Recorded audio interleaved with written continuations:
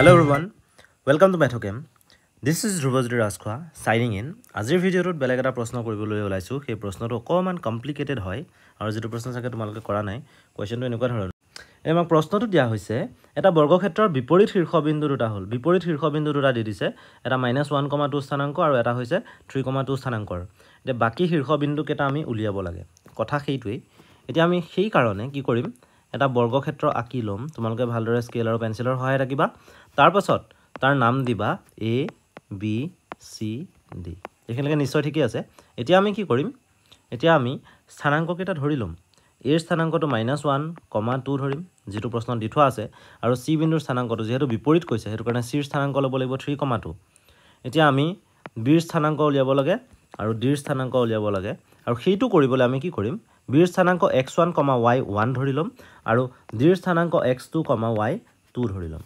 এখিনলৈকে নিশ্চয় ঠিকই আছে। এতিয়া আমি চেষ্টা কৰো যাতে আমি x1 y1 ৰ ভ্যালু প্ৰথমতে উলিয়াও, তাৰ পাছত x2 y2 ৰ ভ্যালু উলিয়াও। তে x1 y1 ৰ ভ্যালু উলিয়াবলৈ আমি কি কৰিম? a b দূৰত্ব আৰু b c দূৰত্ব যেহেতু সমান, সেইটোই আমি লিখিবলৈ চেষ্টা কৰিম। a b = b c। আৰু ইয়াতে দূৰত্ব সূত্ৰ প্ৰয়োগ হ'ব। a b = b c যদি হয়, তেতিয়া a b দূৰত্ব উলিয়াবলৈ x স্থানাংক কেটাৰ পাৰ্থক্য লাগে ন? x1 - -1 হ'ব, গতিকে x1 + 1 হোল স্কয়াৰ। খালি এবোৰ স্কয়াৰ ৰুটৰ ভিতৰত আহে আৰু প্লাস দি পেলাই bc ৰ কাৰণে যদি কৰো তেতিয়া হ'ব ab ৰ কাৰণে x স্থানাংকটো ললো। এটা y স্থানাংক যদি লওঁ হেতু পাম আমি y1 - 2 হোল স্কয়াৰ। এখানলৈকে নিশ্চয় ঠিকই আছে তোমালোকৰ। y1 ৰ পৰা এই 2 লৈকে গৈছে, y1 - 2 হোল স্কয়াৰ হৈছে হেতু কাৰণে। তাৰ পাছত bc ৰ কাৰণে আহিলে, bc ৰ কাৰণে ৰুট ওভাৰ থাকিব। বাকিখিনি চেষ্টা কৰা তোমালোকে কৰিবলৈ। bc ৰ ক্ষেত্ৰত x1 - 3 whole square plus y স্থানাংকৰ ক্ষেত্ৰত y1 - 2 whole square. So both side of square কৰো, তেতিয়া আমি কি পাম? x1 + 1 whole square plus y1 - 2 whole square. আৰু ৰাইট হ্যান্ড সাইডত কি পাম? x1 - 3 whole square plus y1 - 2 whole square. এটা তোমালোকে নিশ্চয় এটা বস্তু দেখিছা, হেতু কমন আছে দুইটা সাইডে। y1 - 2 whole square, y1 - 2 whole square হেকিটা যোগ হৈ আছে both সাইডত। হেতু কাৰণে হেকিটা আমি কাটিব পাৰিম, হেকিটা আমি ক্যান্সেল আউট কৰিব পাৰিম। ক্যান্সেল আউট কৰাৰ পাছত যিখিনি থাকিলে সেইখিনি হৈছে x1 + 1 whole square. x1 + 1 whole square কৰিলে পাম আমি x1 স্কয়াৰ প্লাস 2x1 + 1। আৰু ৰাইট হ্যান্ড সাইডত পাম আমি x1 স্কয়াৰ। এটো a - b হোল স্কয়াৰ ভাঙিব লগা হৈছে বা বিস্তাৰ কৰিব লগা হৈছে। x1 - 3 হোল স্কয়াৰটো হ'বগে -6x1 আৰু প্লাস 3 স্কয়াৰ কৰিলে আমি কিমান পাম? 9। এতিয়া ৰাইটত থকা x1 স্কয়াৰ আৰু লেফটত থকা x1 স্কয়াৰ ক্যান্সেল আউট হ'ব, আৰু -6x1 টো যেতিয়া লেফটলৈ আনিম হেতু +6x1 হ'ব 2x1 ৰ লগত। আৰু +1 বাওহাতে থকাটো ৰাইট হ্যান্ড সাইডত গুচি যাব, হেতু 9 - 1 হ'ব, আমি কি পাম? 8 পাম। এতিয়া কথাটো হ'ল twice x1 + 6x1 যদি কৰো তেতিয়া আমি 8x1 পাওঁ = 8 হয়, আৰু x1 ৰ ভ্যালু তেতিয়া কি হ'ব? 8/8, আৰু 8/8 কৰিলে কি পাম? 1 পাম। গতিকে আমাৰ x1 ৰ ভ্যালুটো আমি উলিয়াব পাৰিলো। ইয়াৰ পাছত আমি y1 ৰ ভ্যালু উলিয়াবলৈ চেষ্টা কৰিব লাগিব। y1 ৰ কাৰণে আমি অকমান বেলেগ ধৰণেৰে কৰিম কথাটো। y1 ৰ কাৰণে কেনেকৈ কৰিম চাবা। ab বাহু আৰু bc বাহু সমান হৈয়ে আছে, যেহেতু এটো বৰ্গ হয়, ইয়াত আমি abc ত্ৰিভুজটো লম। abc ত্ৰিভুজ, তাত পাইথাগোৰাছৰ সূত্ৰ প্ৰয়োগ কৰিম। যদি পাইথাগোৰাছৰ সূত্ৰ প্ৰয়োগ কৰো তেতিয়া কি আহিব জানা? তেতিয়া আহিব ab square plus bc square = ac square. এটো উলিয়াবলৈ চেষ্টা কৰিম এতিয়া। খালি তাৰ কাৰণে আমাক চিত্ৰটো লাগিব। চিত্ৰটো আমি নিব লাগিব। চিত্ৰটো লৈ যাও ইয়াৰ পৰা। চেষ্টা কৰো নিবলে, কিমান কেনেকৈ যায় নাজানো। ইয়ালৈ লৈ আহিলো চিত্ৰটো, ঠিকে আছে। এটো লৈ আহিলো, খালি অকমান বস্তু কাটিব লাগিব, সেইখিনি মই কাটি লও পটাপট। এটো কাটিব লাগিব, এটো কাটিব লাগিব, এবোৰ দৰকাৰ নাই। হৈ গ'ল। ওকে, এতিয়া আমি কি কৰিম? ab square. ab স্কয়াৰ মানে ab ৰ মাজৰ ডিসটেন্স যেটো আছে হেতু স্কয়াৰ কৰিব লাগিব। তাৰ কাৰণে x1 আৰু -1 হ'ব, x1 + 1, আৰু এফালে y1 - 2, y1 + y1, আৰু এফালে কি আহিব? -2 হোল স্কয়াৰ, মাজত প্লাস চিন আহিব, হেতু হৈছে ab স্কয়াৰ। ঠিক আছে। আৰু BC স্কোয়াৰটো যদি কৰোঁ BC স্কোয়াৰটো কি হ'ব BC x1 minus 3 whole square plus y1 minus 2 whole square হৈ গ'ল তাৰ পাছত আহিলে ৰাইট হেণ্ড সাইডত AC স্কোয়াৰ আছে AC স্কোয়াৰ উলিয়াবলৈ চেষ্টা কৰোঁ AC তাত গোটেইকেইটা নিউমেৰিকেল ভ্যালু আছে 3 minus 1 হ'লে 3 plus 1 হৈ যাব 4 স্কোয়াৰ আহিব আৰু ফালে 2 minus 2 whole square কৰিলে এটো 0 স্কোয়াৰ আহিব মানে 0 হয় এটা 4 স্কোয়াৰ মানে কি পাম আমি 16 পাম বাকিখিনি আমি উলিয়াবলৈ চেষ্টা কৰোঁ ৰাইট হেণ্ড সাইডত 16 আছে লেফট হেণ্ড সাইডত কি থাকিব x1 plus 1 whole square হেতু আছে হয় না গতিকে x1 plus 1 whole square কৰিলে কি পাম x square plus twice x1 plus 1 আৰু y1 minus 2 whole square কৰিলে আমি কি পাম y1 square minus 4y1 plus 4 আৰু তাৰ পাছত x1 minus 3 whole square কৰিলে কি পাম plus x1 square minus 6x1 plus 9 আৰু y1 minus 2 whole square কৰিলে কি পাম y1 square minus 2y1 2 নহয় আৰু 4 হ'ব 4y1 আৰু প্লাস কি আহিব 4 আহিব এইখিনিলৈকে আমি কৰিলো আৰু ৰাইট হেণ্ড সাইডত কি আছে 16 আছে এতিয়া আমি সিম্পলিফাই কৰিবলৈ চেষ্টা কৰোঁ যেতিয়া আমি সিম্পলিফাই কৰিম তেতিয়া x square plus x square মিলি পেলাই কি হৈ যাব x square plus x square x1 square plus x1 square মিলি পেলাই কি হৈ যাব twice x1 square কিন্তু x1 মানে আমি কিমান পালো 1 পালো গতিকে x1 square এটো আৰু এফালে x1 square এটো দুইটা যোগ কৰি পেলাই আমি কিমান পাম 2 পাম হেতু লিখি দিলো প্লাস twice x1 মানে 2 into 1 আকৌ 2 plus 1 plus y1 square minus 4y1 plus 4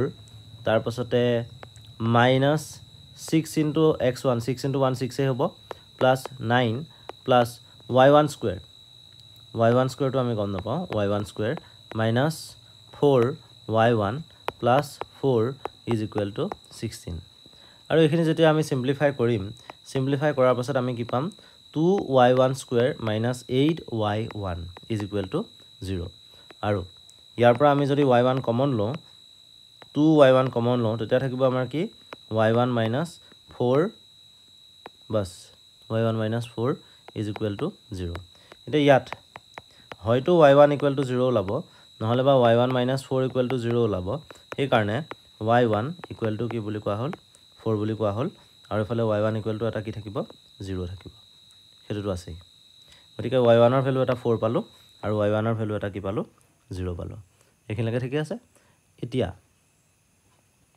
x1 উলিয়ালো y1 উলিয়ালো x1 ৰ ভ্যালু কি ওলালে x1 ৰ ভ্যালু ওলালে 1 আৰু এফালে y1 ৰ ভ্যালু কি ওলালে এটা 0 আৰু আনটো কিমান হয় 4 এতিয়া আমি চেষ্টা কৰো যাতে আমি বাকিখিনি কাম কৰিব পাৰো যেনেকে c বিন্দুৰ স্থানাংক উলিয়ালো হয় না x1 y1 উলিওৱা আছে এতিয়া আমি d বিন্দুৰ স্থানাংক উলিয়াবলৈ চেষ্টা কৰিম খালি d বিন্দুৰ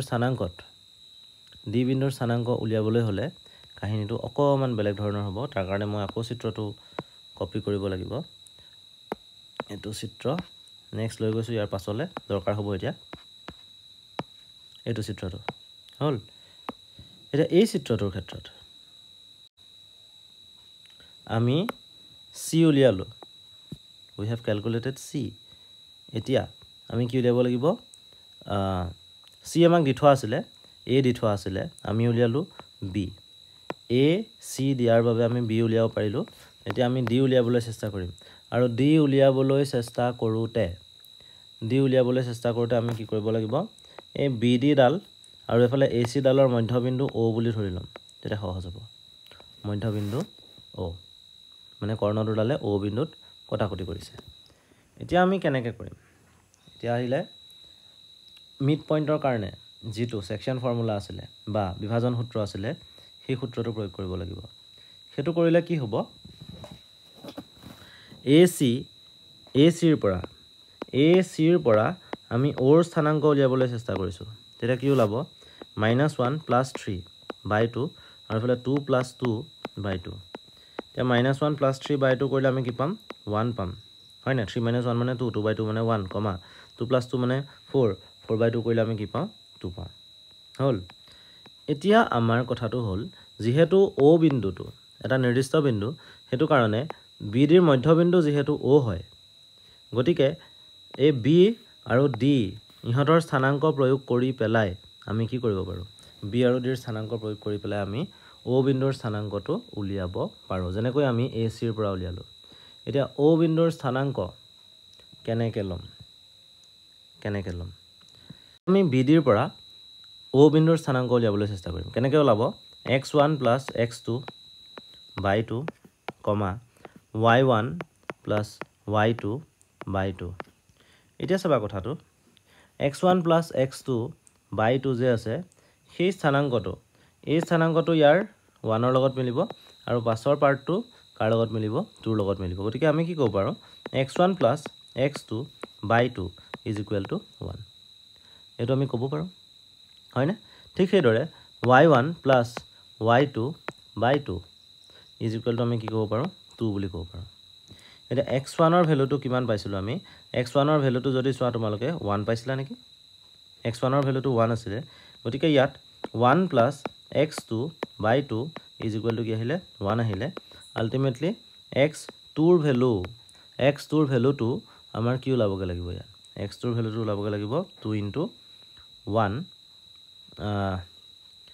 এফালে 2 থাকিব আৰু -1 তেতিয়া আমি x2 ৰ ভ্যালুটো কি পাম x2 ৰ ভ্যালুটো পামগে আমি 1 হয় না নেক্সট আহিলে যে y1 + y2 / 2 = 2 যেতিয়া লিখিলো মানে এই পাৰ্টটো সেই পাৰ্টটোৰ পৰা y1 + y2 = কি লিখিব পাৰিম 4 লিখিব পাৰিম এতিয়া y1 ৰ ভ্যালু 0 হ'ব পাৰে তেতিয়া y2 ৰ ভ্যালু কি ওলাব 4 ওলাব অৰ্থাৎ y1 = 0 হলে y2 = 4 ওলাব আৰু y1 = যদি 4 হয় তেতিয়া y2 = কি ওলাব 0 ওলাব এতিয়া আমি বিন্দুকেইটাৰ স্থানাংক লিখিবলৈ চেষ্টা কৰো সেইকেইটা হ'ব b বিন্দুৰ স্থানাংক x1, y1 আছিলে x1, y1 এতিয়া x1 ৰ ভ্যালুটো কি পাইছো আমি x1 ৰ ভ্যালুটো 1 এ পাইছো y1 ৰ ভ্যালুটো আমি এবাৰ 0 পাইছো আৰু x1 ৰ ভ্যালুটো 1 এ পাইছো y1 ৰ ভ্যালুটো এবাৰ 4 পাইছো ঠিক সেইদৰে b ৰ যেনেকৈ স্থানাংক দুটা পালো তেনেকৈ d ৰ স্থানাংক দুটা পাম d ৰ স্থানাংক কেনেকৈ পাম x2, y2 হয় না এতিয়া x2, y2 যদি d ৰ স্থানাংক মান বহাবলৈ চেষ্টা কৰো x2 ৰ ভ্যালুটো কিন্তু 1 হয় y2 ৰ ভ্যালুটো দুটা ওলাইছে y2 ৰ ভ্যালুটো 4 ওলাইছে আকৌ y2 ৰ ভ্যালুটো 0 ওলাইছে যেতিয়া d ৰ ভ্যালুটো x2 ৰ ভ্যালুটো 1 আৰু y2 ৰ ভ্যালুটো আমি কি ল'ব পাৰো 4 ল'ব পাৰো 1, 4